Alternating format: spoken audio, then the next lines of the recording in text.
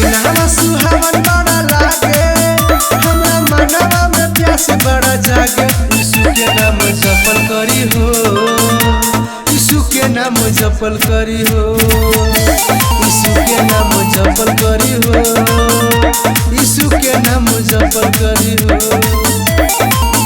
आज दिनवा सुहावन बड़ा लागे, हमरा मनवा में प्यास बड़ा जागे। यीशु के नाम जपल करी हो, यीशु के नाम जपल करी हो, यीशु के नाम जपल करी हो, यीशु के नाम जपल करी हो।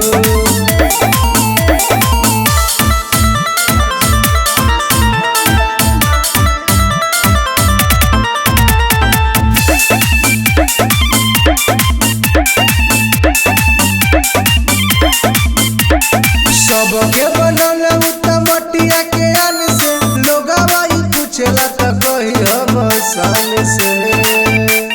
ए भाई सुनो, सबके बनल मटिया के आन से, लोगवा ई पूछेला त कही हम शान से।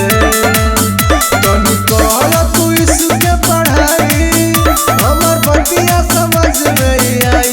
यीशु के नाम जपल करी हो, यीशु के नाम जपल करी हो, यीशु के नाम जपल करी हो, यीशु के नाम जपल करी हो।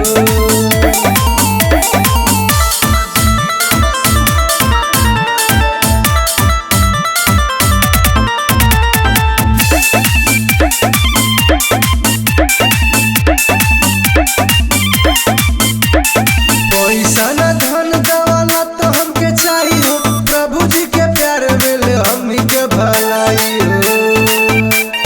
ए भैया सुना, पैसा न धन दौलत तो हमके चाहिए, प्रभु जी के प्यार मिले हमनी के भलाई हो। तनी पढ़ल कर यीशु के बचनिया, तब मिली है यीशु के शरणिया। यीशु के नाम जपल करी हो, यीशु के नाम जपल करी हो, यीशु के नाम जपल करी हो, यीशु के नाम जपल करी हो।